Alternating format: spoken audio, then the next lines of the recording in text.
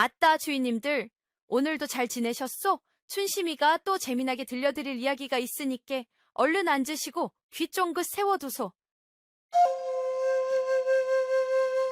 자, 주인님들. 오늘 이 춘심이가 풀어낼 이야기 보따리는 꽁꽁 얼어붙은 겨울 연못에서 시작된 차가운 인연이 어찌하여 뜨거운 사랑으로 피어나는지에 대한 기막힌 사연이랍니다. 세상 모든 것을 잃었다고 생각한 한 선비와 억압 속에 숨죽여 살던 한 아씨. 오해와 억울함으로 얽혀버린 이 두 사람이 서로의 상처를 보듬고 시린 겨울을 함께 견뎌내며 마침내 따스한 봄을 맞이하는 이야기. 지금부터 그 애틋한 여정을 함께 따라가 보시지요. 이야기의 시작은 뼈를 내는 듯한 북풍이 기승을 부리던 어느 해 겨울, 한양에서 멀리 떨어진 한적한 시골 마을에서 비롯된답니다. 그 마을에서도 가장 후미진 곳, 대대로 살아온 이들이 아니면 있는 줄도 모르는 낡은 기와집 한 채가 있었지요. 바로 그곳에 한양의 번화함을 등지고 스스로를 유배시킨 한 젊은 선비가 살고 있었으니 그의 이름은 정수인이었습니다. 수인, 그는 불과 몇 해 전만 해도 장래가 촉망되는 수재로 이름이 자자했답니다. 명석한 두뇌와 굳은 의지로 일찌감치 성균관에 들어가 곧 있을 대과에 장원급제할 것이라 모두의 기대를 한 몸에 받았지요. 허나 주인님들, 세상 사라는 것이 어디 뜻대로만 되던가요? 너무 강직한 것은 때로 화를 부르는 법. 그는 불의를 보고 참지 못하는 성품 탓에 권세가의 비리를 고발했다가 오히려 모함을 받아 과거 응시 자격마저 박탈당하고 말았답니다. 엎친 데 덮친 격으로 그 충격의 부침마저 세상을 떠나고 가세는 급격히 기울기 시작했습니다. 희망을 잃은 수인은 더 이상 한양에 머물 이유를 찾지 못했지요. 그는 모든 것을 정리하고 마치 도망치듯 선조들이 물려준 이 낡은 시골집으로 내려와 스스로를 가두어 버린 것입니다. 그의 삶은 멈추어 버렸습니다.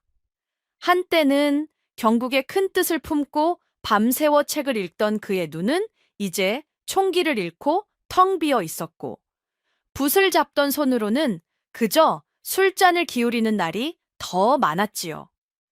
그의 곁에는 대대로 집안을 섬겨온 무뚝뚝한 머슴 강수와 그의 말벗이 되어주는 낡은 책 몇 권이 전부였습니다. 수인의 유일한 소일거리는 집 앞에 커다란 연못가를 하염없이 거니는 것이었습니다. 그 연못은 겨울이 되자 두꺼운 얼음으로 뒤덮여 마치 거대한 거울처럼 회색빛 겨울 하늘을 비추고 있었지요. 수인은 그 얼어붙은 연못을 보며 자신의 처지를 떠올렸습니다. 한때는 맑은 물을 가득 담고 유유히 흘렀을 연못이 이제는 차가운 얼음에 갇혀 미동조차 하지 않는 모습. 그것이 바로 자신의 모습과 조금도 다르지 않다고 생각했지요. 강수야, 저 연못은 언제쯤 녹을 것 같으냐. 글쎄요, 도련님. 동장군이 일이 기세등등하니 아마 다음 해 춘삼월은 되어야 얼음이 풀리지 않겠소이까. 춘삼월, 그에게 과연 다시 봄날이 올 수 있을까? 수인은 씁쓸하게 웃으며 얼어붙은 연못 위로 작은 돌멩이 하나를 던졌습니다. 탱 하는 맑은 소리 대신 툭 하는 둔탁한 소리와 함께 돌멩이는 그저 얼음 위에 덩그러니 놓일 뿐이었습니다. 그의 마음도 저와 같았습니다. 그 어떤 희망이나 감정도 그의 꽁꽁 얼어붙은 마음의 표면을 뚫고 들어가지 못했지요. 그는 세상에 대한 냉소와 인간에 대한 불신으로 가득 차 있었습니다. 노력은 배신당하고 정의는 짓밟히는 이 부조리한 세상에서 더 이상 꿈을 꾸는 것은 어리석은 짓이라고 그는 스스로에게 되뇌었습니다.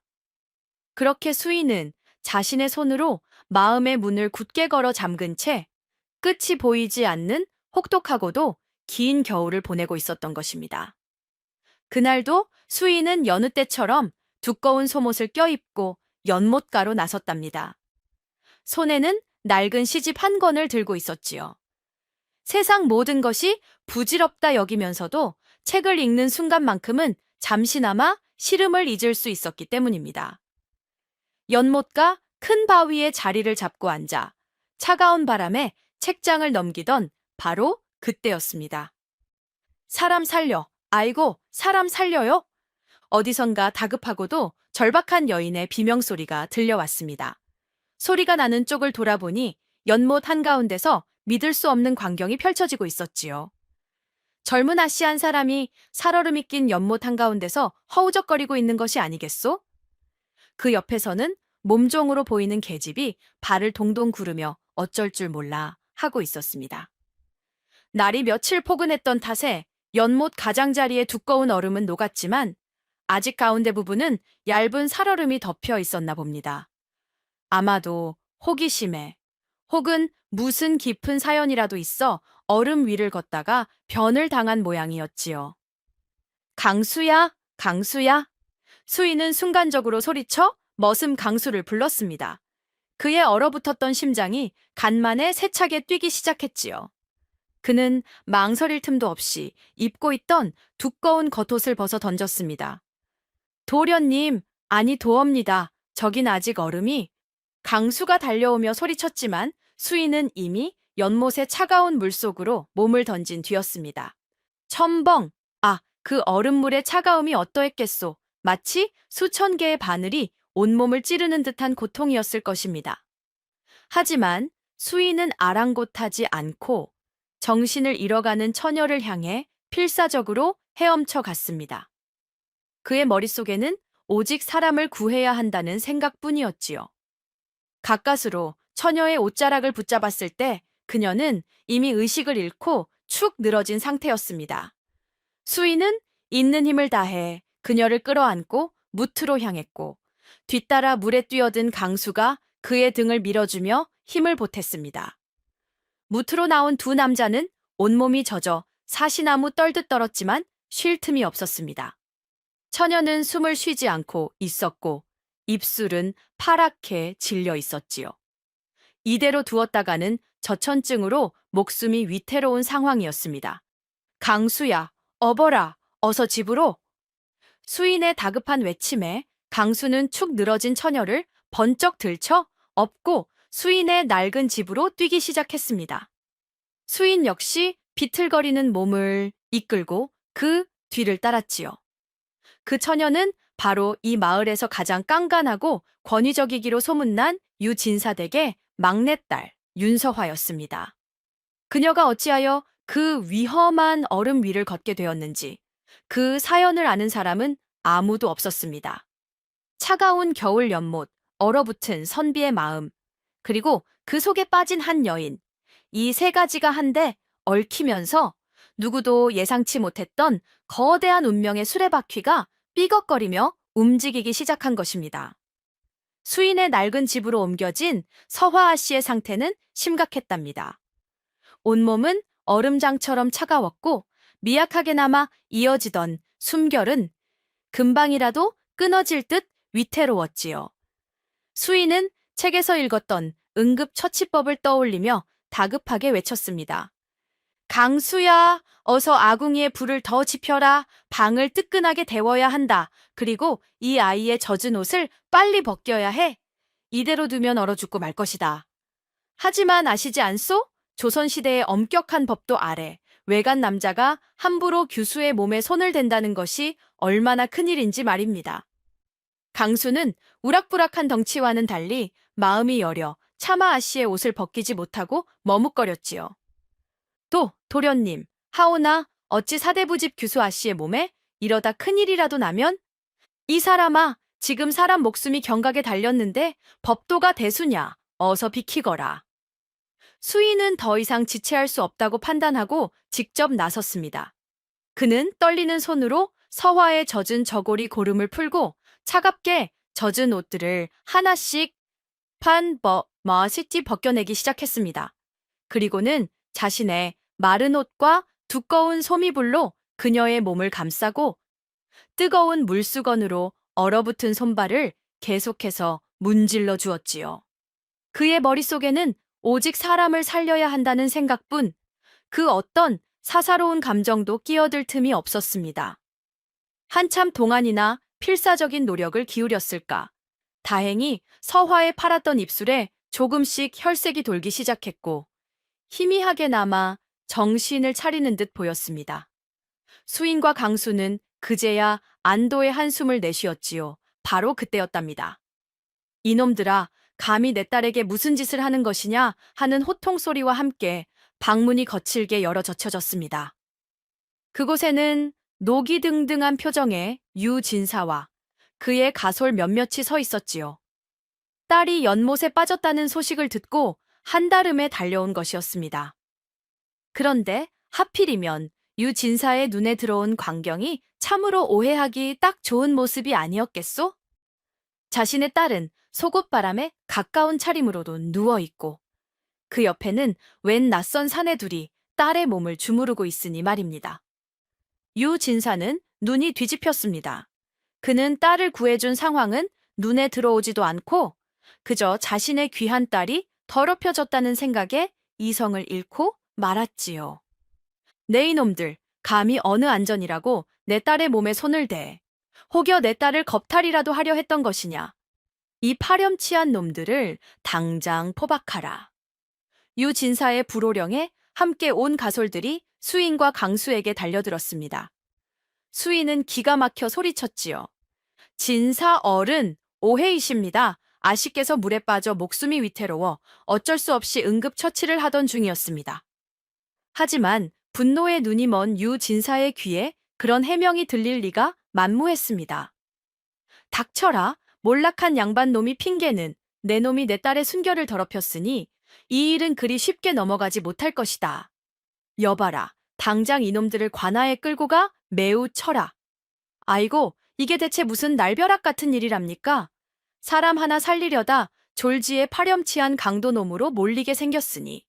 수인은 억울함과 분노에 온몸이 떨렸지만 막무가내인 유진사 앞에서 달리 변명할 방법이 없었습니다. 정신을 차린 서화가 이 모든 상황을 보고는 아버지에게 무언가 말하려 했지만 아직 기력이 없어 입술만 달싹일 뿐 목소리가 나오지 않았지요. 그녀의 눈에서는 그저 뜨거운 눈물만이 흘러내릴 뿐이었습니다. 선량한 사람들이 자신 때문에 억울한 누명을 쓰게 된 이 기막힌 상황에 그녀의 마음은 갈기갈기 찢어지는 듯 했답니다. 이렇게 차가운 오해의 씨앗은 싹을 틔우자마자 무서운 독초가 되어 세 사람의 운명을 옥죄기 시작했습니다. 유진사의 노여움은 쉬이 가라앉지 않았답니다. 그는 당장이라도 수인과 강수를 관아에 끌고 가 멍석마리를 하고 싶었지만 한편으로는 고민이 깊었지요. 만약 이 일이 관아에 알려지고 세간의 소문이라도 퍼지게 된다면 겁탈당할 뻔한 처녀라는 꼬리표가 붙어버린 딸 서화의 인생은 그걸로 끝장이었기 때문입니다. 어느 가문에서 그런 흠 있는 처녀를 며느리로 맞아주겠소이까. 그는 자신의 딸이 당한 일보다 이 일로 인해 가문의 명예가 실추되고 딸의 혼사길이 막힐 것을 더 걱정했던 것입니다. 참으로 이기적이고 권위적인 아버지가 아닐 수 없지요. 며칠 밤낮을 고민하던 유진사는 마침내 한 가지 교활한 묘안을 떠올렸습니다. 그것은 바로 이 모든 일을 조용히 덮는 대신 수인에게 책임을 지게 하는 것이었지요. 그는 수인을 자신의 집으로 불러들였습니다. 네 이놈, 정수인, 내가 내 놈의 사정을 알아보니 가세가 기울어 장래가 캄캄한 놈이더구나. 유진사는 위압적인 태도로 수인을 내려다보며 말했습니다. 허나 내 너에게 마지막 기회를 주려 한다. 수인은 억울했지만 힘없는 자신이 할 수 있는 것은 그저 입을 다물고 듣는 것뿐이었습니다. 내 놈이 내 딸의 몸을 더럽힌 것은 1000번 죽어 마땅한 죄이나 내 자비를 베풀어 내 놈의 목숨을 살려주겠다. 그 대신 너는 내 딸 서화와 혼인하여 이 일에 대한 책임을 져야 할 것이다. 그리하면 나는 이 일을 누구에게도 발설하지 않고 조용히 묻어주겠다. 이게 무슨 해괴망측한 소리란 말이오? 책임을 지고 혼인을 하라니. 수인은 기가 막혀 말문이 막혔습니다. 진사 어른, 저는 결단코 아씨에게 그 어떤 부정한 짓도 저지르지 않았습니다. 어찌 그런 말도 안 되는? 닥쳐라. 유 진사가 버럭 소리를 질렀습니다. 내 놈에게 선택의 여지는 없다. 내 제안을 받아들이지 않겠다면 나는 당장 관하로 가 내 놈을 파렴치한 강도 혐의로 고발할 것이다. 몰락한 내 놈의 가문이 너를 지켜줄 수 있을 것 같으냐? 너는 평생을 감옥에서 썩거나 맞아 죽게 될 것이다. 내 놈의 어미가 무덤에서 통곡할 일이지. 어디 선택해보거라. 그것은 제안이 아니라 명백한 협박이었습니다. 수인은 차갑게 식어가는 찻잔을 내려다보며 입술을 깨물었습니다. 분하고 억울해서 미칠 것 같았지만 유 진사의 말은 틀린 것이 하나도 없었지요. 아무런 힘도 백도 없는 자신이 이 상황에서 벗어날 길은 없었습니다. 자신의 억울함을 증명해 줄 사람은 아무도 없었고 세상은 분명 권세 있는 유 진사의 편을 들어줄 것이 뻔했습니다. 여기서 거절했다가는 자신뿐만 아니라 충직한 머슴 강수까지 억울하게 옥살이를 하게 될 판이었습니다. 그는 결국 모든 것을 포기한 채 고개를 숙일 수밖에 없었지요. 따르겠습니다. 그의 목소리는 갈라져 나왔고 그의 두 눈은 깊은 절망과 체념으로 가득 차 있었습니다. 그는 자신의 인생이 완전히 망가져 버렸다고 생각했지요. 한 여인을 구한 선의가 자신을 올가매는 거대한 족쇄가 되어버린 것입니다. 이 소식을 전해 들은 서화 역시 마찬가지였습니다. 그녀는 자신의 어리석은 행동 때문에 죄 없는 한 사람의 인생을 나락으로 떨어뜨렸다는 죄책감에 몸을 떨었습니다. 아버지에게 달려가 모든 것은 오해라고, 그분은 자신의 생명의 은인이라고 말하고 싶었지만 불호령 같은 아버지의 기세에 눌려 감히 입을 뗄 수가 없었지요. 그렇게 두 젊은 남녀는 서로의 의지와는 아무런 상관없이 오직 한 사람의 이기적인 결정과 차가운 오해 때문에 원치 않는 혼인이라는 굴레를 함께 쓰게 된 것입니다. 아이고, 가여운 사람들. 축복받아 마땅할 혼례가 어찌하여 이리도 슬프고 억울한 멍해가 되어버렸단 말이오. 수인과 서화의 혼례는 그야말로 세상에서 가장 차갑고 슬픈 혼례였답니다. 보통의 혼례라면 온 마을 사람들이 모여 떡을 나누고 풍악을 울리며 새 출발을 축복해 주겠지만 두 사람의 혼례식에는 그 어떤 축하의 말도 기쁨의 웃음소리도 없었지요. 그저 몇몇 집안 사람들이 무거운 표정으로 지켜보는 가운데 모든 것이 조용하고 신속하게 치러졌을 뿐입니다. 혼례식 날 서화는 화려한 화롯 대신 소복처럼 하얀 한복을 입고 얼굴에는 연지곤지 하나 찍지 않았습니다. 그녀의 얼굴은 갓 치른 상주처럼 창백했고 금방이라도 눈물을 쏟을 듯 슬픔으로 가득 차 있었지요. 그녀는 자신이 죄인이라고 생각했습니다. 자신 때문에 억울하게 발목이 잡힌 수인에게, 그리고 이런 불미스러운 일로 가문에 누를 끼친 아버지에게 그녀는 그저 고개를 들 수 없는 죄인이었습니다. 수인 역시 마찬가지였습니다. 그는 신랑이 입는 화려한 사모간대 대신 평소에 입던 낡은 도포자락을 걸치고 혼례에 나섰습니다. 그의 얼굴에는 기쁨은커녕 깊은 절망과 세상을 향한 냉소만이 가득했지요. 그는 이 혼례가 자신의 남은 인생에 채워진 족쇄라고, 벗어날 수 없는 감옥이라고 생각했습니다. 두 사람은 혼례 내내 단 한 번도 눈을 마주치지 않았습니다. 서로에게 던지는 차가운 시선과 무거운 침묵만이 두 사람 사이에 놓인 깊은 꼴을 증명해주고 있었지요. 마치 죄인 두 사람이 형틀에 나란히 묶여있는 듯한 모습이었습니다. 혼례가 끝나고 서화는 수인의 낡은 집으로 신행을 왔습니다. 신방이라기엔 너무나도 초라한 방 안에서 두 사람은 밤늦도록 아무 말 없이 각자의 자리에 앉아 있었지요. 촛불만이 두 사람의 싸늘한 그림자를 벽에 길게 들이우고 있었습니다. 먼저 침묵을 깬 것은 수인이었습니다. 그는 서화를 쳐다보지도 않은 채 차가운 목소리로 말했지요.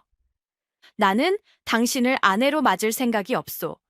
이 혼인은 그저 당신 아버지가 꾸민 한 편의 연극일 뿐. 그러니 앞으로 내게 지어미의 도리를 기대하지도 말고 나 또한 당신에게 지아비의 도리를 행하지 않을 것이오.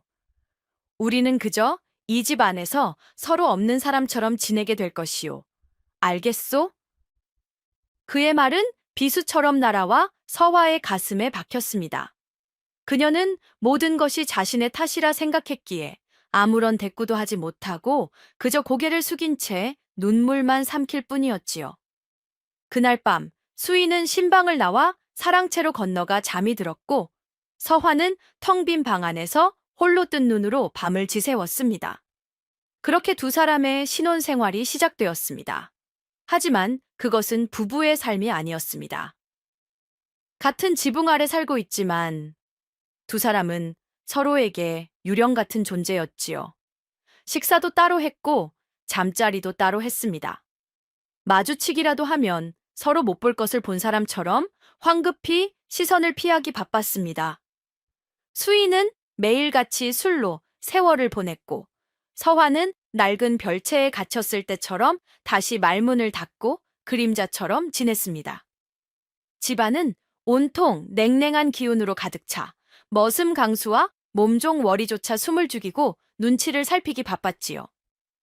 얼음장 같던 두 사람의 관계에도 시간이라는 약은 아주 더디게 남아 스며들고 있었나 봅니다.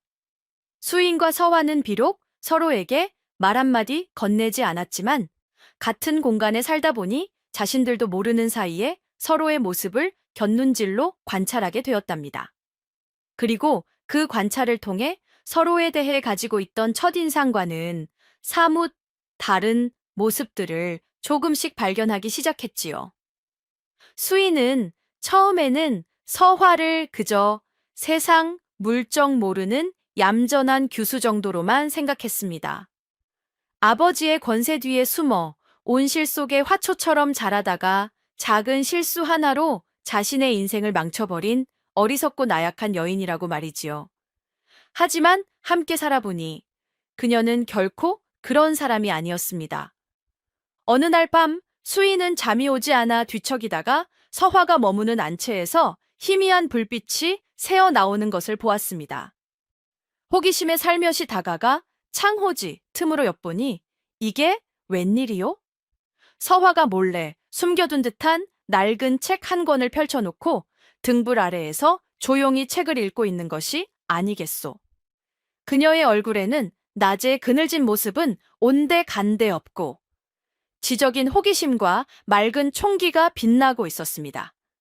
또한 서화는 기울어진 수인의 집 살림을 묵묵히 그러나 아주 꼼꼼하게 챙기기 시작했습니다. 아무도 시키지 않았는데도 낡아 해진 옷들을 가져다 밤새워 기워놓고 얼마 되지 않는 식량으로 끼니 때마다 정갈한 밥상을 차려냈으며 수인이 술에 취해 어질러 놓은 서책들을 말없이 정리해두곤 했지요. 그녀의 손길이 닿자 폐가처럼 스산하던 수인의 집에 조금씩 사람 사는 질서와 온기가 잡히기 시작했습니다. 수인은 그런 그녀의 모습을 보며 그녀가 결코 나약하기만 한 여인이 아니라 오히려 자신보다 훨씬 더 강인하고 지혜로운 사람일지도 모른다는 생각을 어렴풋이 하게 되었답니다. 서화 역시 마찬가지였습니다. 그녀의 눈에 비친 수인은 그저 세상에 대한 불만으로 가득 차 술이나 마시며 세월을 허비하는 냉소적이고 무기력한 선비일 뿐이었습니다. 하지만 그녀는 곧 그의 차가운 껍질 속에 숨겨진 따뜻한 마음을 발견하게 되었지요. 어느 추운 겨울날 서화는 창밖으로 수인이 마을의 어린아이 하나를 불러 세우는 것을 보았습니다. 그 아이는 부모를 잃고 홀로 동냥하며 살아가는 불쌍한 아이였지요. 수인은 무뚝뚝한 표정으로 그날 자신이 먹으려 했던 따뜻한 군고구마를 아이의 손에 쥐어주고는 아무 말 없이 돌아서는 것이었습니다. 또 어떤 날은 마을의 힘없는 농부 하나가 관아의 부당한 처사에 억울함을 호소할 길이 없어 발을 동동 구르고 있을 때 수인이 밤새워 그의 억울함을 밝히는 소장을 대신 써주기도 했습니다. 그는 결코 대가를 바라지 않았습니다. 그저 불의를 보고 참지 못하는 그의 천성이 술에 취하고 세상에 절망했을지언정 아직 그의 마음속 깊은 곳에 살아있었던 것입니다. 서화는 그런 수인의 모습을 몰래 지켜보며 그가 결코 차갑기만 한 사람이 아니라는 것을 깨달았습니다. 그의 냉소는 사실 너무나도 뜨거웠던 정의감이 세상에 의해 배신당한 뒤 남은 깊은 상처의 다른 이름이라는 것을 어렴풋이 짐작하게 되었지요. 두 사람은 여전히 말을 섞지 않았습니다. 하지만 그들의 마음속에서는 서로를 향한 오해의 벽이 아주 조금씩 자신들도 모르는 사이에 허물어지고 있었습니다. 그들은 서로의 진짜 모습을, 차가운 겉모습 뒤에 숨겨진 진심을 조용한 관찰을 통해 조금씩 알아가고 있었던 것입니다. 그렇게 두 사람이 서로에 대한 오해를 조금씩 풀어가며 아슬아슬한 동거를 이어가던 어느 날 기어이 사달이 나고 말았답니다. 찬바람이 기승을 부리던 어느 아침 서화가 자리에서 일어나지 못하고 심하게 알아눕게 된 것입니다. 그녀의 몸은 불덩이처럼 뜨거웠고 밤새도록 기침을 해대며 힘겹게 숨을 몰아쉬었지요. 그것은 그날 차가운 연못에 빠졌던 후유증이 뒤늦게 찾아온 것이었습니다. 몸의 병도 병이지만 낯선 곳에서의 힘겨운 시집살이와 남편의 냉대, 그리고 친정에서조차 버림받았다는 마음의 병이 깊어져 쇠약해질 대로 쇠약해진 그녀의 몸이 더 이상 버티지 못하고 쓰러져 버린 것이지요. 몸종 월이는 눈물을 흘리며 밤새도록 그녀의 곁을 지켰지만 서화의 병세는 조금도 나아질 기미를 보이지 않았습니다. 아씨! 아씨! 제발 정신 좀 차리셔요. 월이의 애타는 울음소리에 사랑채에 있던 수인도 더 이상 모른 척할 수만은 없었지요. 수인은 급히 마을의 의원을 불러왔습니다. 진맥을 마친 의원은 깊은 한숨을 내쉬며 고개를 저었지요. 부인의 몸이 너무 쇠약해져 있소. 폐에 찬 기운이 깊이 들어 이대로 두면 목숨이 위태로울 수도 있소. 당장 귀한 약재들을 구해다 여러 첩다려 먹여야만 가망이 있을 것이요. 의원이 일러준 약재들은 인삼과 녹용 같은 가난한 수인의 형편으로는 도저히 구할 수 없는 값비싼 것들이었습니다. 수인의 얼굴이 어둡게 굳어졌습니다. 그는 잠시 망설이다가 결국 처가인 유진사 댁으로 향했습니다. 아무리 사이가 틀어졌다 한들 제 딸이 죽어간다는데 설마 나 몰라라 하지는 않으리라 생각했던 것이지요. 하지만 유진사의 반응은 수인의 기대를 무참히 깨뜨려 버렸습니다. 수인에게서 자초지종을 전해 들은 유진사는 눈 하나 깜짝하지 않고 차갑게 말했지요. 내 딸 서화는 그대와 혼인하던 날 이미 우리 집안의 사람이 아니네. 출가 외인이라는 말도 못 들어봤는가? 시집간 딸의 약값까지 친정에서 대주는 법은 없네. 모든 것은 자네가 알아서 할 일이야. 나에게 손 벌릴 생각은 추호도 말게. 아이고, 저 피도 눈물도 없는 양반 좀 보소? 제 딸의 목숨이 경각에 달렸다는데 어찌 저리 매정하게 말할 수 있단 말이오. 수인은 분노와 절망에 치를 떨었지만 권세 있는 장인 앞에서 아무런 말도 할 수 없었습니다. 그는 허탈한 발걸음으로 집으로 돌아와야 했지요. 방 안에 누워 끙끙 앓는 서화의 모습을 보니 수인의 마음은 갈기갈기 찢어지는 듯 했습니다. 비록 원치 않는 혼인이었고 서로에게 상처만 주는 사이였지만 저 여인은 어쨌든 자신의 아내였습니다. 자신 때문에 이런 험한 곳으로 시집와 제대로 된 사랑 한번 받지 못하고 죽어가고 있는 것이었습니다. 수인은 주먹을 불끈 쥐었습니다. 이대로 죽게 내버려 둘 수는 없어 무슨 수를 써서라도 내가 반드시 살려내고 말 것이다. 길 그의 텅 비었던 눈에 아주 오랜만에 결연한 의지의 불꽃이 타오르기 시작했습니다. 그것은 누군가를 지켜야 한다는, 한 생명을 구해야 한다는 절박하고도 순수한 마음이었습니다. 그날 이후 수인은 완전히 다른 사람이 되었답니다. 그는 더 이상 무기력하게 술잔을 기울이거나 세상을 비관하며 허송세월하지 않았습니다. 그의 머릿속에는 오직 단 하나의 생각, 어떻게든 돈을 벌어 서화의 약값을 마련해야 한다는 것뿐이었지요. 하지만 몰락한 선비가 당장 돈을 구할 방법이 어디 있겠소이까? 그를 가르치려 해도 이런 시골 마을에서 가르칠 만한 양반, 자재도 마땅치 않았고, 그나마 가지고 있던 몇 안 되는 폐물은 이미 오래전에 팔아 곡식을 산 뒤였습니다.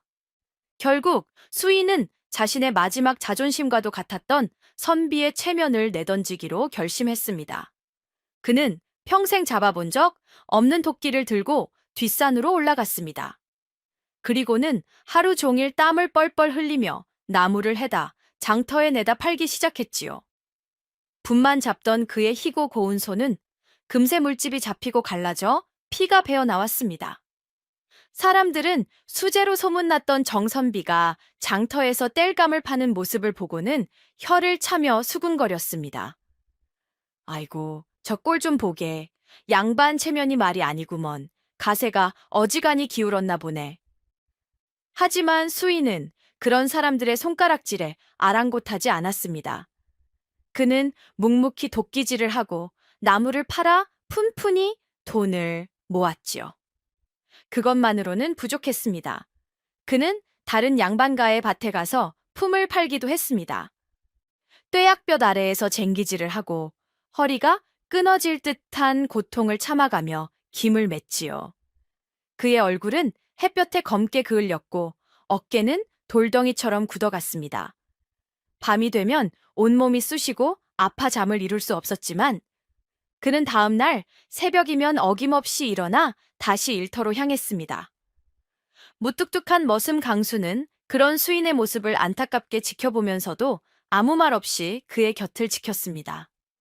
그는 수인이 나무를 하러 가면 더 굵고 좋은 나무를 골라 함께 패주었고, 밭일을 하러 가면 더 힘든 일을 자처하며 그의 몫을 덜어주었지요.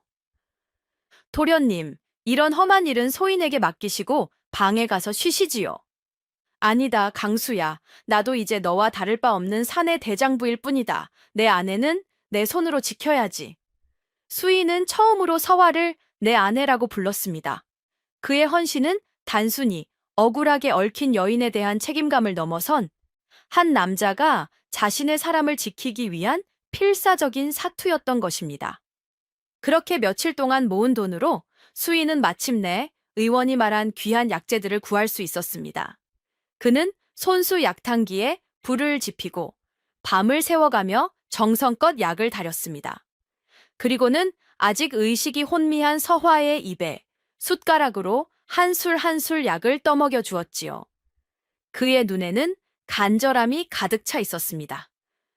제발, 제발 일어나다오. 이 약을 먹고 다시 예전처럼 맑은 눈으로 나를 바라봐다오. 지아비의 이런 지극한 정성이 하늘에 닿았던 것일까요? 며칠이 지나자 기적 같은 일이 벌어지기 시작했답니다. 서화의 뜨거웠던 몸에서 열이 내리기 시작했고, 거칠었던 숨소리도 조금씩 잦아들기 시작한 것입니다. 선비의 헌신이 마침내 꺼져가던 생명의 불씨를 다시 살려내고 있었던 것이지요. 수인의 지극한 간호 덕분이었을까, 며칠 뒤 서화는 마침내 길고 깊은 잠에서 깨어날 수 있었답니다. 그녀가 희미하게 눈을 떴을 때 가장 먼저 보인 것은 자신의 손을 꼭 잡은 채 곁에서 곤히 잠들어 있는 수인의 모습이었습니다. 그의 얼굴은 며칠 사이에 반쪽이 되어 있었고 햇볕에 검게 그을려 있었으며 뺨에는 까칠한 수염이 거뭇하게 자라나 있었지요. 서화는 자신도 모르게 손을 뻗어 잠든 그의 얼굴을 조심스럽게 어루만졌습니다.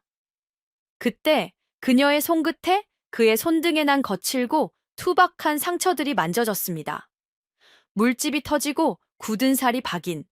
그것은 결코 붓을 잡던 선비의 손이 아니었습니다. 힘든 막노동으로 다져진 고된 노동의 흔적이었습니다. 이 손이 어찌하여 서화가 의아해하는 사이 잠에서 깨어난 몸종 월이가 모든 사실을 그녀에게 알려주었습니다. 수인이 그녀의 약값을 구하기 위해 양반의 체면을 모두 버리고 험한 일을 마다하지 않았다는 것, 그리고 밤낮으로 그녀의 곁을 지키며 약을 다려 먹였다는 것을 말이지요. 아씨, 도련님께서는 아씨를 살리시려고 정말 애쓰셨사옵니다. 장터에서는 사람들이 손가락질을 해대도 묵묵히 땔감만 파셨지요. 월이의 이야기를 듣는 동안 서화의 눈에서는 뜨거운 눈물이 쉴 새 없이 흘러내렸습니다. 자신을 그토록 차갑게 대하던 사람이 자신 때문에 억울하게 발목이 잡혔다며 냉소하던 그 사람이 자신을 살리기 위해 이 모든 것을 감수했단 말인가. 그녀는 자신의 귀를 의심했지만 그의 거칠어진 손과 수척해진 얼굴이 모든 것을 말해주고 있었습니다. 마침 잠에서 깨어난 수인은 눈물을 흘리고 있는 서화와 눈이 마주쳤습니다. 그는 어색하게 헛기침을 하며 자리에서 일어나려 했지요. 그때 서화가 떨리는 목소리로 그를 불렀습니다.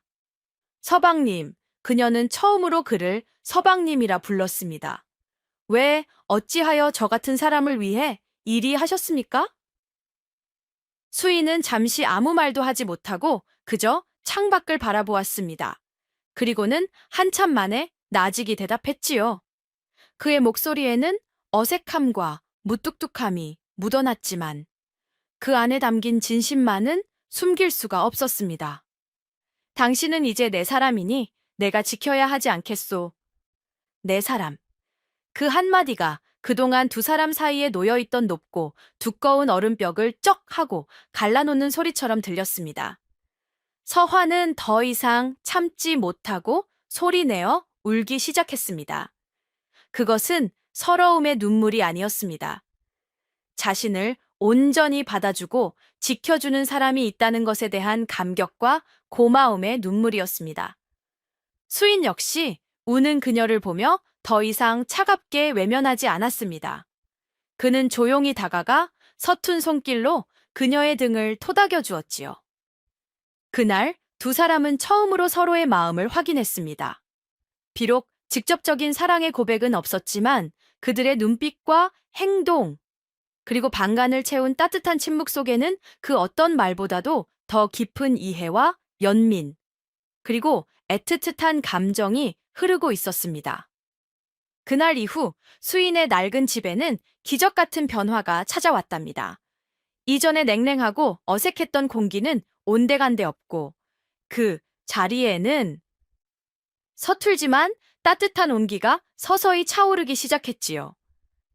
수인과 서화 두 사람은 마치 이제 막 걸음마를 배우는 아이처럼 조심스럽고 어색하게 서로에게 다가가는 법을 배우기 시작했습니다.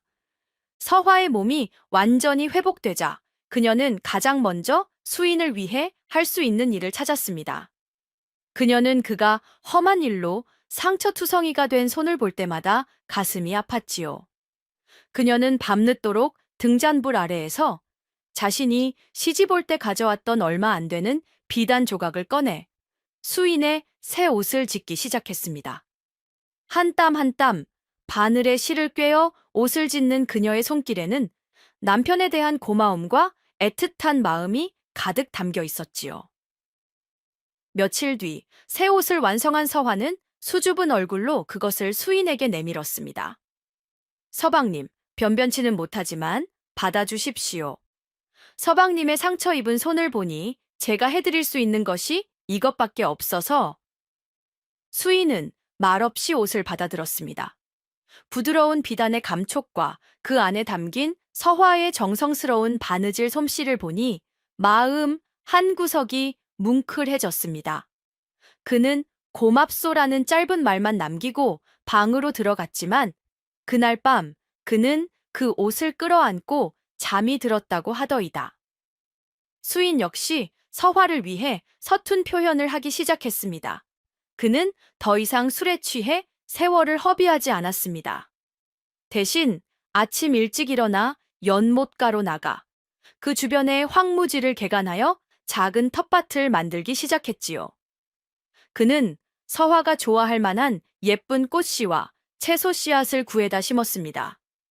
이 삭막한 곳에서 창밖만 보는 것이 답답할 터이니 작은 꽃밭이라도 보며 마음을 달래시오. 그는 퉁명스럽게 말했지만 그 행동 하나하나에는 서화를 위하는 따뜻한 마음이 담겨 있었습니다. 서화는 매일 아침 창밖으로 자신을 위해 흙을 나르고 밭을 가는 수인의 모습을 보며 얼굴에 수줍은 미소를 띄었지요. 두 사람의 식사 시간도 달라졌습니다.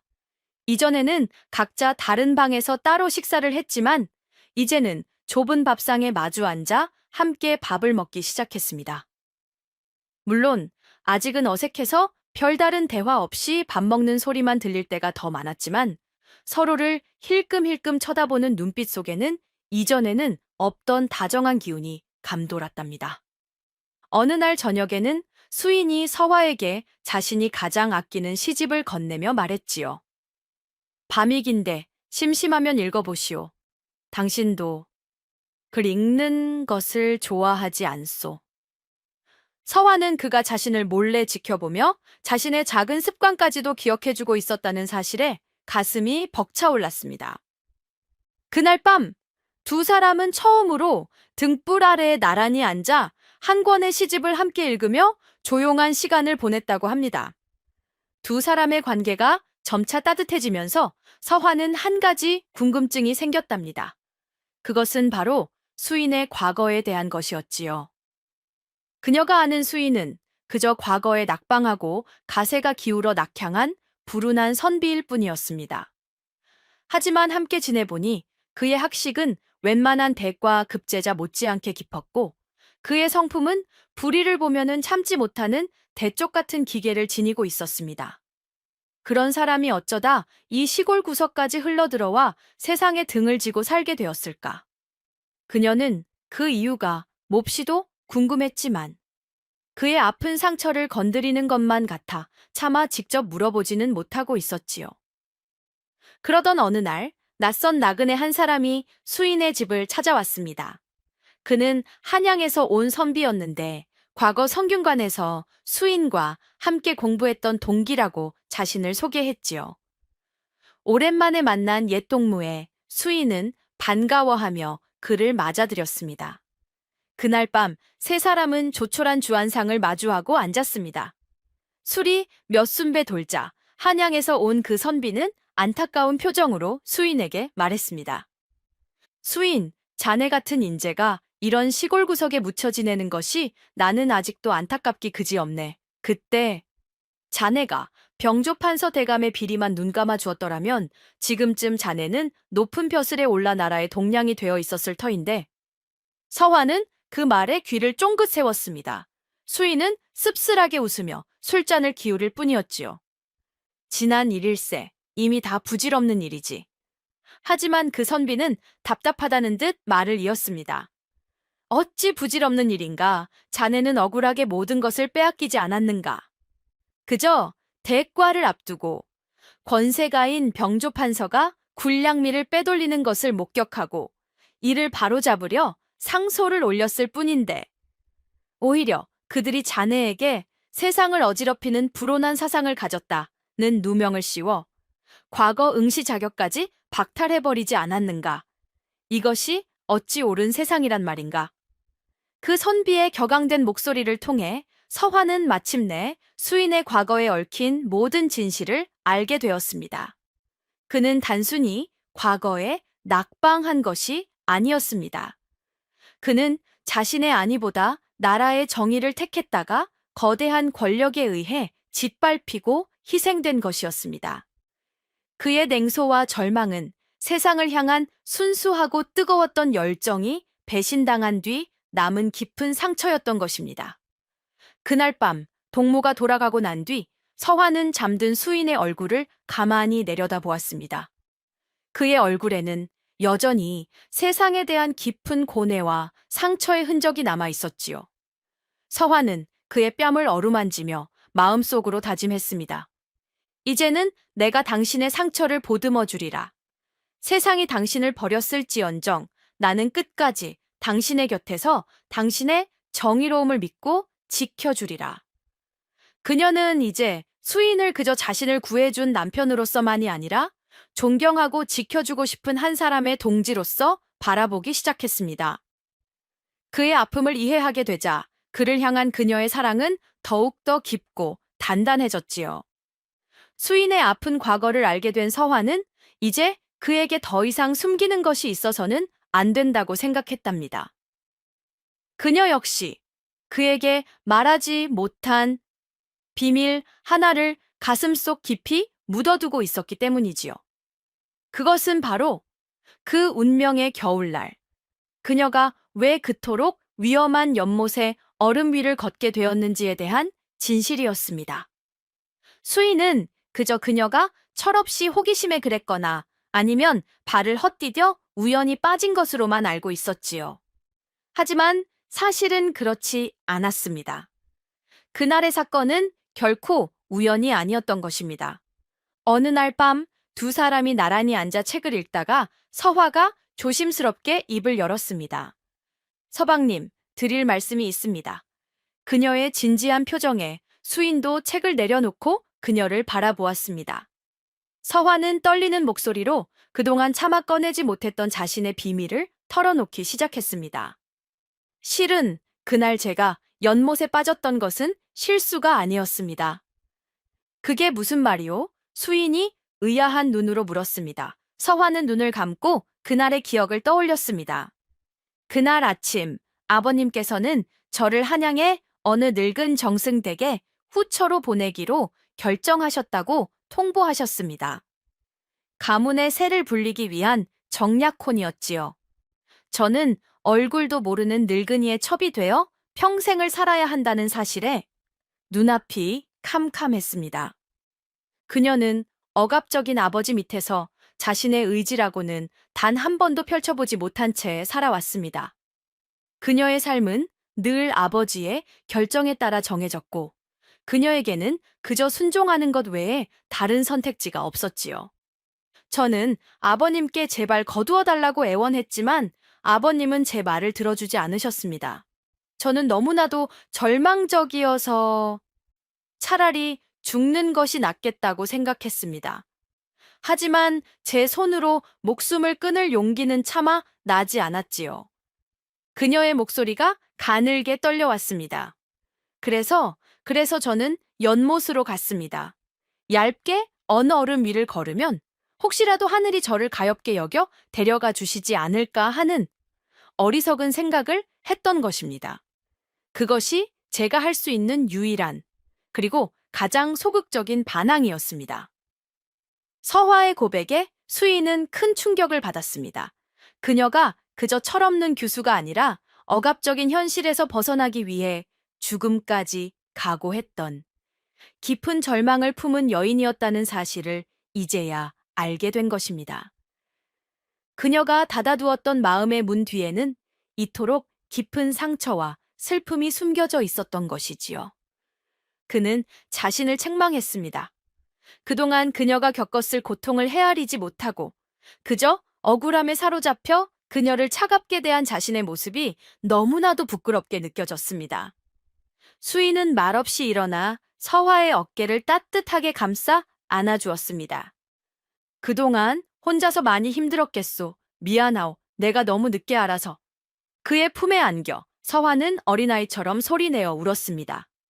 억압받았던 지난 세월의 서름과 죽음까지 생각했던 자신의 어리석음, 그리고 마침내 자신의 상처를 알아주고 보듬어주는 사람을 만났다는 안도감이 한데 뒤섞인 눈물이었습니다.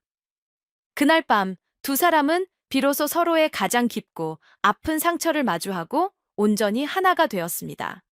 그들은 더 이상 억울하게 얽힌 남녀가 아니었습니다. 서로의 상처를 치유하고 서로의 구원자가 되어주기로 맹세한 세상에 단 하나뿐인 동반자였지요. 두 사람이 서로의 상처를 보듬으며 진정한 부부로 거듭나던 무렵 평화롭던 시골 마을에 또다시 검은 그림자가 들이우기 시작했답니다.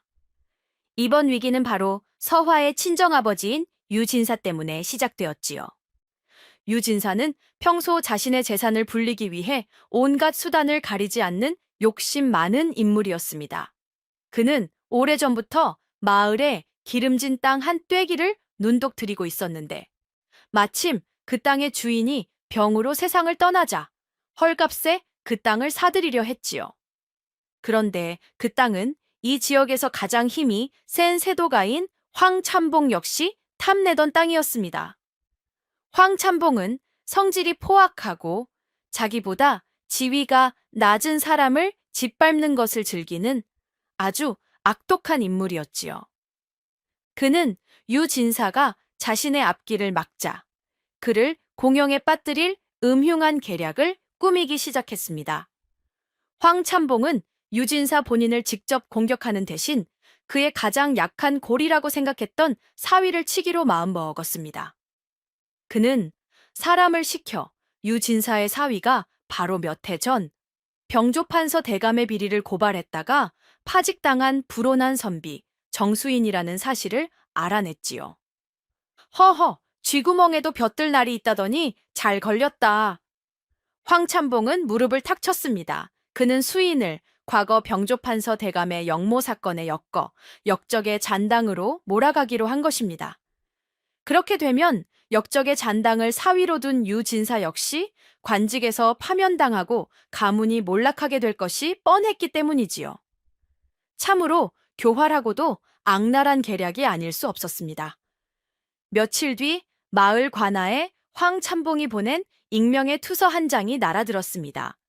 그 투서에는 정수인이 역적의 잔당들과 내통하며 몰래 세상을 뒤엎을 음모를 꾸미고 있다는 터무니없는 내용이 적혀 있었지요. 투서를 받은 사또는 황참봉의 권세에 눌려 진위 여부를 가리기도 전에 포졸들을 수인의 집으로 보냈습니다. 어느 날 아침 평화롭던 수인의 집에 포졸들이 들이닥쳤습니다. 역적 정수인은 관아의 명을 받들라 내 놈을 역모 혐의로 체포한다. 수인과 서화는 그야말로 마른 하늘에 날벼락을 맞은 듯한 심정이었습니다. 수인은 억울함을 호소했지만 포졸들은 막무가내로 그를 포박하여 관아로 끌고 갔습니다.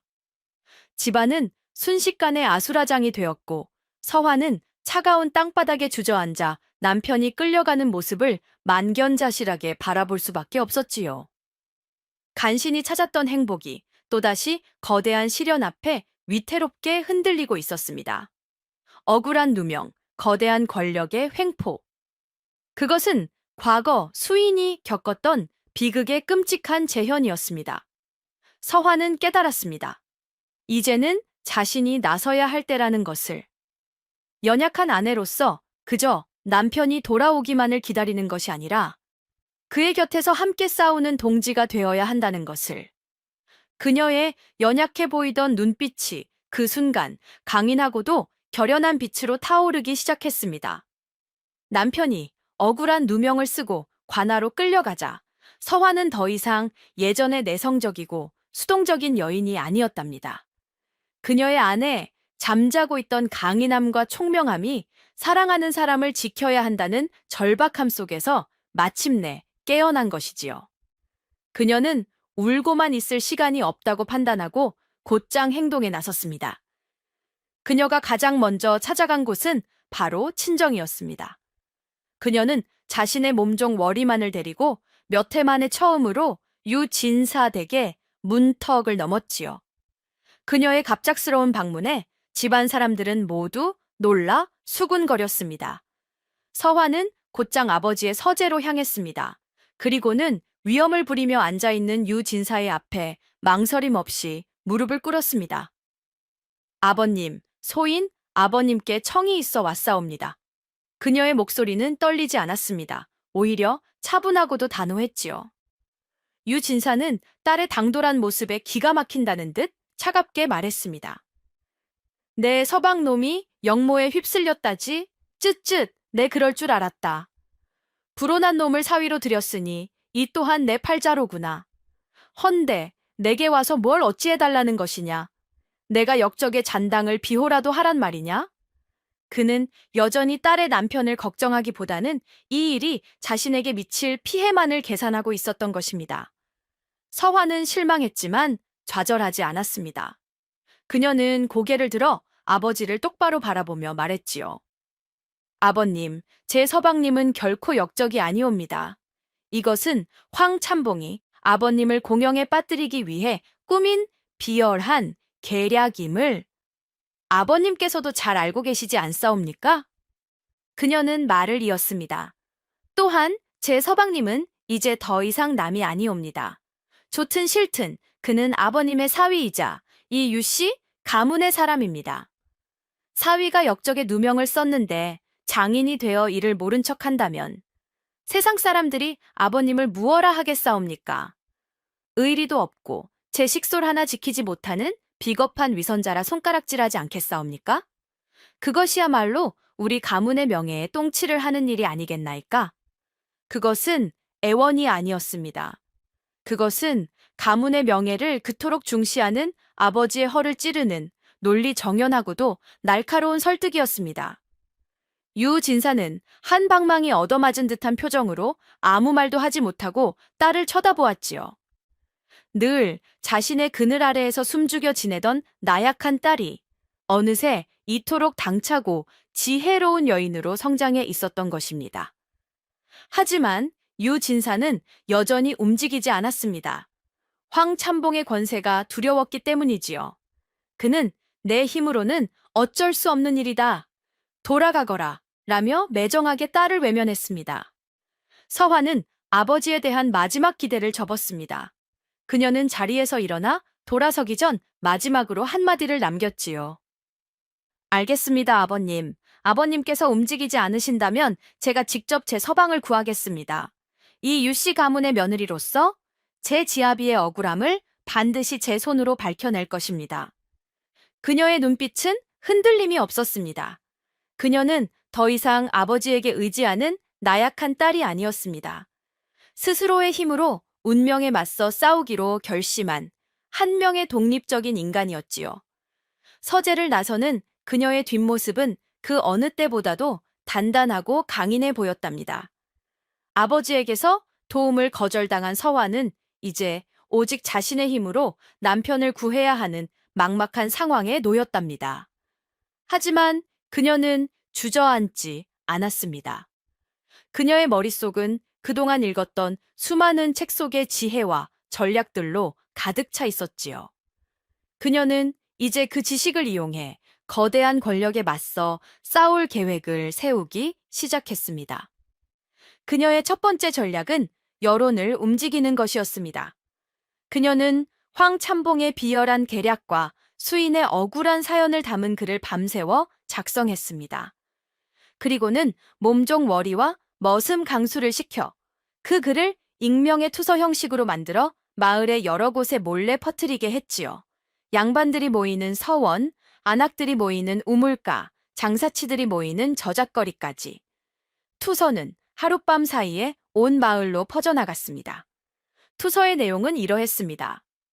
정의로운 선비 정수인이 단지 황참봉의 땅 욕심에 방해가 된다는 이유로 역적의 누명을 썼다. 힘없는 선비 하나의 목숨이 권세가의 탐욕 앞에 짓밟히고 있으니 하늘이 이를 어찌 보고만 있겠는가. 사람들은 투서를 읽고 수군거리기 시작했습니다. 평소 황참봉의 횡포에 시달려왔던 마을 사람들은 이번 사건 역시 그의 소행일 것이라 짐작하며 분노했지요.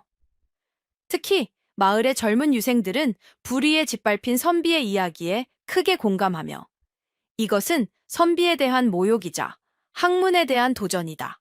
진상을 규명하라 며 들고 일어날 기세를 보였습니다. 서화의 조용한 투서 한 장이 잔잔한 호수에 던져진 돌멩이처럼 마을 전체에 큰 여론의 파문을 일으키기 시작한 것입니다. 그녀의 두 번째 전략은 적의 내부를 흔드는 것이었습니다. 그녀는 수인에게 들었던 과거의 기억을 더듬어 황참봉과 사이가 좋지 않은 다른 권세가들에게 비밀 서신을 보냈습니다. 그 서신에는 황 참봉이 이번 일을 기회 삼아 당신의 세력까지 제거하려 든다는 식의 이간질을 시도하는 내용이 담겨 있었지요. 의심이 많은 권세가들은 서신을 받고 정말로 황 참봉이 그런 꿍꿍이를 가지고 있는 것은 아닌지 의심하기 시작했고, 황 참봉의 입지는 조금씩 불안해지기 시작했습니다. 그녀의 마지막 전략은 바로 진실 그 자체였습니다. 그녀는 관아에 갇힌 남편에게 결코 거짓 자백을 해서는 안 되며 당당하게 무죄를 주장하시라는 서신을 몰래 넣어주었습니다. 또한 과거 수인이 병조 판서의 비리를 고발했던 상소문의 사본을 구해 이것이 그가 얼마나 강직한 인물인지를 증명하는 증거로 사또에게 제출했지요. 서화는 집 밖으로 한 발짝도 나가지 않았습니다. 하지만 그녀의 붓끝에서 나온 지혜로운 전략들은 보이지 않는 거미줄처럼 나가 거대한 권력자 황 참봉을 서서히 옥죄고 있었던 것입니다. 그녀는 더 이상 억압받는 규수가 아니었습니다. 그녀는 자신의 지식과 지혜를 무기 삼아 거대한 적에 맞서 싸우는 뛰어난 지략가였지요. 마을의 여론은 들끓고 정치적인 압박은 거세지고 수인은 끝까지 결백을 주장하니 사건을 맡은 사또도 더 이상 황참봉의 편만 들어줄 수는 없는 상황이 되었습니다. 사건은 점점 더 미궁 속으로 빠져들고 있었지요. 자신이 꾸민 계략이 생각처럼 풀리지 않고 오히려 마을의 여론까지 악화되자 황참봉은 초조해지기 시작했답니다. 하지만 가장 큰 충격을 받은 사람은 따로 있었으니 바로 서화의 아버지 유진사였지요. 유진사는 자신의 딸이 벌이고 있는 이 모든 일들을 전해 듣고 입을 다물 수가 없었습니다. 늘 자신의 그늘 아래에서 그저 숨죽이고 순종만 하던 나약한 딸이 어느새 이토록 대담하고 지혜로운 여인이 되어 거대한 권력에 맞서 싸우고 있었으니 말입니다. 그는 처음으로 자신의 딸을 한 명의 독립적인 인격체로 바라보게 되었습니다. 그는 밤늦도록 잠을 이루지 못하고 서화가 버려놓은 판을 되짚어 보았지요. 익명의 투서로 여론을 움직이고 정적들을 이용해 상대를 고립시킨다. 그리고 진실을 무기 삼아 정면으로 돌파한다. 이것은 어설픈 교수의 지혜가 아니다. 이것은 뛰어난 책략가의 수다. 그는 부끄러움을 느꼈습니다. 자신은 그저 가문의 안위와 체면만을 걱정하며 비겁하게 숨어 있었는데 자신의 딸은 목숨을 걸고 지아비를 구하기 위해 그리고 가문의 명예를 지키기 위해 싸우고 있었던 것입니다. 그는 깨달았습니다. 진정한 가문의 명예는 높은 벼슬이나 많은 재산에 있는 것이 아니라 불의에 굴하지 않고 제 식소를 지키는 그 떳떳함에 있다는 것을. 그는 또한 자신이 그토록 무시하고 경멸했던 사위, 정수인의 진정한 가치를 다시 보게 되었습니다. 저런 딸의 마음을 움직이고 저 아이를 이토록 강인한 사람으로 변화시킨 사내라면 필시 평범한 인물은 아닐 것이다. 내가 그를 잘못 보았구나. 며칠을 고뇌하던 유진사는 마침내 큰 결심을 했습니다. 그는 수십 년간 쌓아온 자신의 체면과 인맥을 처음으로 딸과 사위를 위해 사용하기로 마음먹은 것입니다. 다음 날 유진사는 관아를 직접 찾아갔습니다. 그는 사건을 맡은 사또를 만나 내 사위 정수인은 결코 역모를 꾀할 인물이 아니오. 이것은 필시 황참봉이 나를 모함하기 위해 꾸민 짓일 것이오. 만약 내 사위에게 죄가 있다면 그를 사위로 둔 나에게도 죄가 있는 것이니 나를 먼저 벌하시오 라며 강하게 항의했습니다.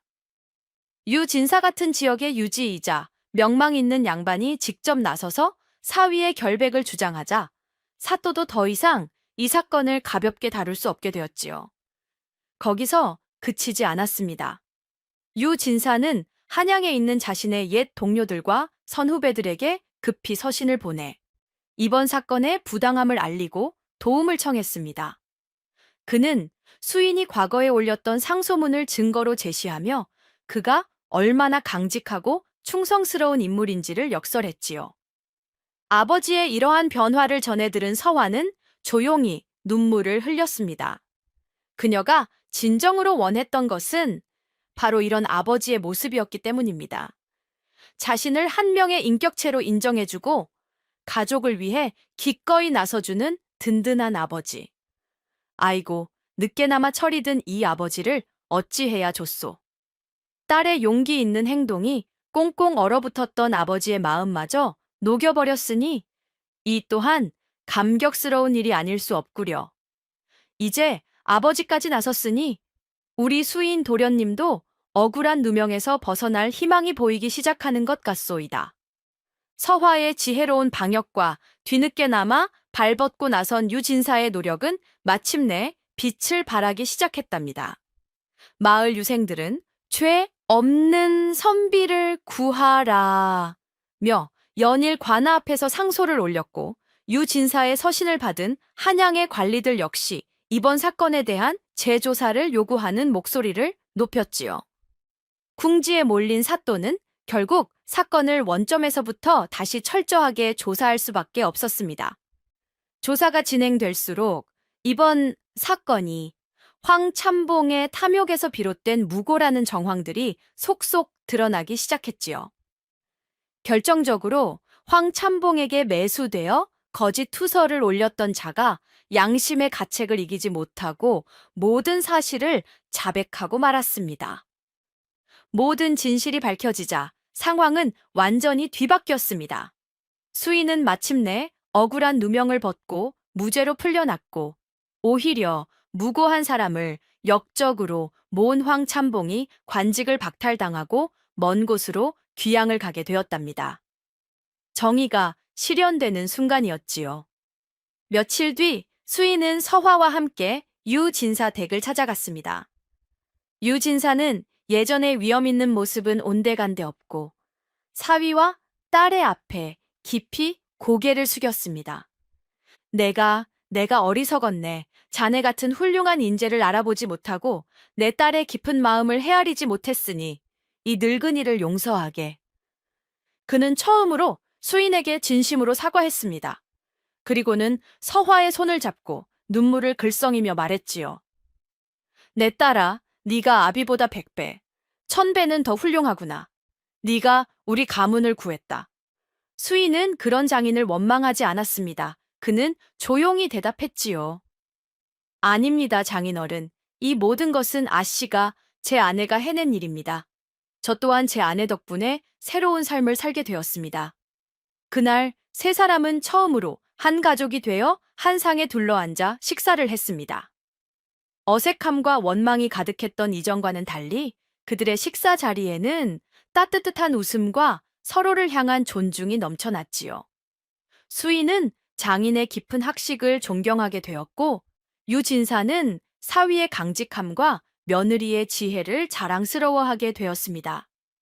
유진사는 두 사람에게 더 이상 저런 낡고 초라한 집에서 살게 할 수는 없다며 연못계 아담하고 정갈한 새 기와집을 지어주었습니다. 또한 수인이 다시 학문에 정진하며 훗날을 도모할 수 있도록 물심양면으로 돕기를 약속했지요. 가장 기뻐한 사람은 물론 서화였습니다. 자신 때문에 시작된 비극적인 관계가 이제는 서로를 구원하고 이해하는 진정한 가족의 연으로 거듭났으니 이보다 더 큰 행복이 어디 있겠소이까. 그녀는 남편의 손을 꼭 잡고 새로 지은 집의 마루에 앉아 저 멀리 보이는 연못을 바라보았습니다. 아직은 얼음이 셔버처럼 떠있는 겨울의 끝자락이었지만 그녀의 눈에는 이미 따스한 봄날의 풍경이 아른거리는 듯 했답니다. 시련은 비 온 뒤에 땅을 굳게 한다더니 이 가족을 두고 하는 말이구려. 차가운 오해와 위기를 함께 극복하며 마침내 서로의 소중함을 깨닫고 진정한 가족으로 거듭났으니 이 얼마나 아름다운 모습이요. 시간이 흘러 마침내 지루하고 혹독했던 겨울이 물러가고 온 땅에 따스한 봄 기운이 완연한 계절이 찾아왔답니다. 수인과 서화의 집 앞, 그들의 인연이 시작되었던 거대한 연못의 얼음도 봄볕 아래 스르르 녹아내려 맑고 투명한 제 모습을 되찾았지요.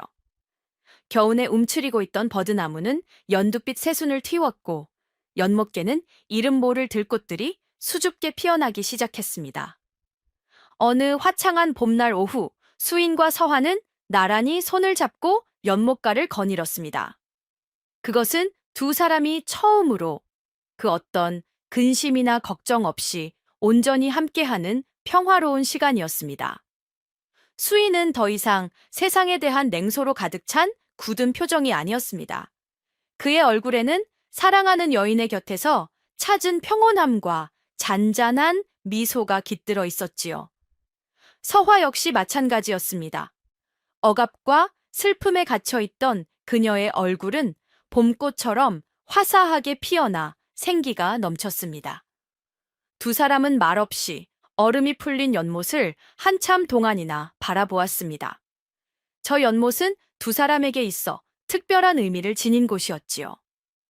비극적인 오해의 시작점이었지만 동시에 서로의 진짜 모습을 발견하고 꽁꽁 얼어붙었던 마음이 녹아내리는 것을 확인한 기적과도 같은 장소였으니까요. 먼저 입을 연 것은 수인이었습니다. 그는 서화의 손을 부드럽게 잡으며 나직이 말했지요. 보시오 서화, 저 연못의 얼음이 모두 녹았소. 나의 길고 길었던 겨울도 당신 덕분에 마침내 끝이 난 것 같소. 그의 목소리에는 깊은 감사와 사랑이 담겨 있었습니다. 나는 세상 모든 것이 끝났다고 생각했소. 내 삶은 저 얼어붙은 연못처럼 다시는 녹지 않을 것이라 믿었지. 허나, 당신이 내 삶에 들어온 순간 얼음 밑에서는 이미 봄을 준비하는 새싹이 돋아나고 있었나 보오. 당신은 내 얼어붙었던 삶을 녹여준 나의 따스한 봄과 같소. 수인의 진심 어린 고백에 서화의 눈가가 붉게 물들었습니다. 그녀는 고개를 저으며 수줍게 대답했지요. 아니옵니다, 서방님. 서방님이야말로 차가운 물에 빠져 죽어가던 저를 건져내어 새로운 삶을 살게 해주신 분입니다. 서방님을 만나지 못했더라면 저는 평생을 억압 속에서 숨죽여 살다가 이름 없는 꽃처럼 시들어갔을 것입니다. 서방님은 제게 세상을 살아갈 용기와 제 자신의 소중함을 일깨워주신 단 한 분의 은인이십니다. 두 사람은 서로의 눈을 깊이 바라보았습니다. 그 눈빛 속에는 그동안 함께 겪었던 모든 시련과 아픔, 그리고 그것을 넘어선 깊은 사랑과 굳건한 믿음이 담겨 있었지요. 그들은 더 이상 억울하게 얽힌 부부가 아니었습니다. 서로의 상처를 치유하고 서로의 구원자가 되어준 세상에 둘도 없는 운명의 동반자였습니다. 수인은 서화의 이마에 부드럽게 입을 맞추었습니다. 연못 위로는 따스한 봄바람이 불어왔고 그 바람은 마치 두 사람의 새로운 시작을 축복해주는 듯 했습니다. 연못께서 서로의 마음을 확인한 이후 두 사람의 삶은 그야말로 평온하고 행복한 나날의 연속이었답니다. 수인은 장인인 유진사의 지원 아래 다시 학문에 정진하기 시작했습니다. 하지만 예전처럼 벼슬에 대한 욕심이나 세상에 대한 분노는 없었지요. 그는 그저 순수하게 알을 탐구하고 자신의 지식을 어려운 이웃들과 나누는 것에서 기쁨을 찾았습니다. 그는 마을 아이들을 모아 작은 서당을 열어 글을 가르쳤고 그의 가르침을 받은 아이들은 어질고 총명하게 자라났다고 합니다. 서화는 그런 남편의 곁에서 가장 든든한 동지이자 다정한 아내로 살아갔습니다. 그녀는 더 이상 자신의 재능을 숨기지 않았습니다. 수인의 격려 속에서 그녀는 꾸준히 글을 썼고 그녀의 글은 월영이라는 이름으로 계속해서 세상에 나와 많은 사람들에게 깊은 감동과 위로를 주었지요. 그녀는 또한 수인이 가르치는 서당의 아이들에게 여인의 몸으로 알아야 할 지혜와 덕목을 가르치며 존경받는 스승으로 거듭났습니다. 두 사람은 서로의 꿈을 응원하고 서로의 삶을 존중하며 하루하루를 소중하고 충실하게 채워나갔습니다. 아침이면 함께 텃밭을 가꾸고 낮이면 각자의 일에 몰두했으며 밤이면 등불 아래에 마주 앉아 도란도란 이야기를 나누는 평범하지만 더없이 행복한 삶이었지요. 그러던 어느 해 가을이었답니다. 서화의 얼굴에 수줍은 기쁨이 피어오르기 시작했고 그녀의 배가 조금씩 불러오기 시작한 것이 아니겠소. 그렇습니다, 주인님들. 아이를 낳지 못한다며 소박까지 맞았던 서화 아씨가 마침내 그토록 기다리던 새 생명을 품게 된 것입니다. 이 소식에 가장 기뻐한 사람은 물론 수인이었습니다. 그는 서화를 보물처럼 아끼며 그녀가 먹고 싶다는 것이라면 산 넘고 물 건너서라도 구해왔고 그녀가 힘들지 않도록 집안의 모든 굳은 일을 도맡아 했지요. 유진사 역시 외손주가 생긴다는 소식에 입이 귀에 걸려 매일같이 귀한 약재와 몸에 좋은 음식들을 보내왔다고 합니다. 10달 뒤 서화는 모든 이의 축복 속에서 옥동자처럼 예쁜 아들을 순산했습니다. 아이의 우렁찬 울음소리가 집에 울려 퍼지는 순간 수인은 아들을 품에 안고 감격의 눈물을 흘렸습니다.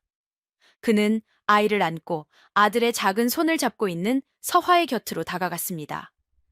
그는 서화의 손을 꼭 잡으며 떨리는 목소리로 말했지요. 고맙소 부인, 정말 고맙소, 내게. 이리도 큰 행복을 안겨주어서. 서화는 행복한 미소를 지으며 대답했습니다. 제가 더 감사하지요, 서방님. 저를 믿어주고 지켜주고 마침내 이 아이까지 만나게 해주셨으니. 두 사람은 말없이 서로를 바라보았습니다. 아이를 낳지 못해 죄인이 되었던 여인과 억울하게 그녀를 책임져야 했던 남자. 그들의 시린 겨울 같던 시작은 이제 한 아이의 탄생이라는 가장 눈부신 행복의 증표로 완성되고 있었습니다. 세월이 흘러 수인과 서화의 이야기는 그들이 사는 마을에 하나의 아름다운 전설처럼 전해지게 되었답니다. 사람들은 차갑고 혹독했던 오해 속에서 시작되었지만 서로의 상처를 보듬는 따뜻한 마음과 헌신적인 사랑을 통해 마침내 그 누구보다도 깊고 단단한 인연을 맺게 된 한 선비와 아씨의 이야기를 입에서 입으로 전했지요. 수인은 훗날 다시 한번 과거 시험에 응시할 기회를 얻게 되었습니다.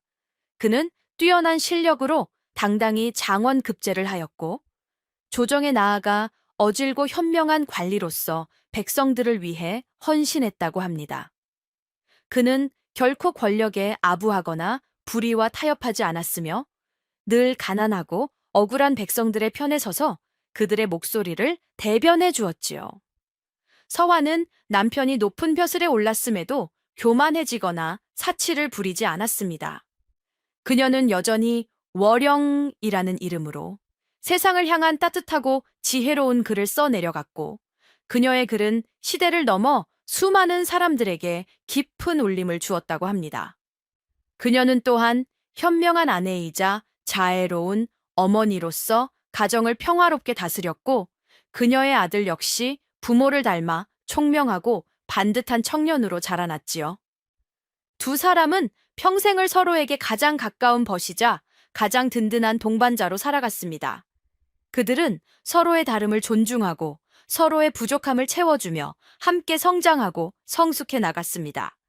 그리고 마을 사람들은 해마다 겨울이 지나고 봄이 와서 그들의 인연이 시작되었던 연못의 얼음이 풀릴 때면 을에 두 사람의 이야기를 떠올리곤 했습니다. 보게나 저 연못의 얼음이 풀리는군. 아무리 매서운 동장군이라도 따스한 봄 기운 앞에서는 어쩔 수 없는 법이지.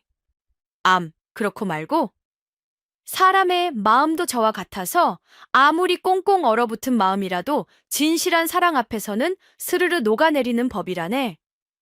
그렇게 얼음 풀리는 연못가의 전설은 사람들에게 한 가지 소중한 진리를 가르쳐 주었습니다. 인생의 가장 혹독한 겨울 속에서도 서로를 향한 믿음과 헌신적인 사랑만 있다면 마침내 절망의 얼음을 깨고 따뜻한 봄을 맞이할 수 있다는 것을. 그리고 진정한 사랑이란 완벽한 두 사람이 만나는 것이 아니라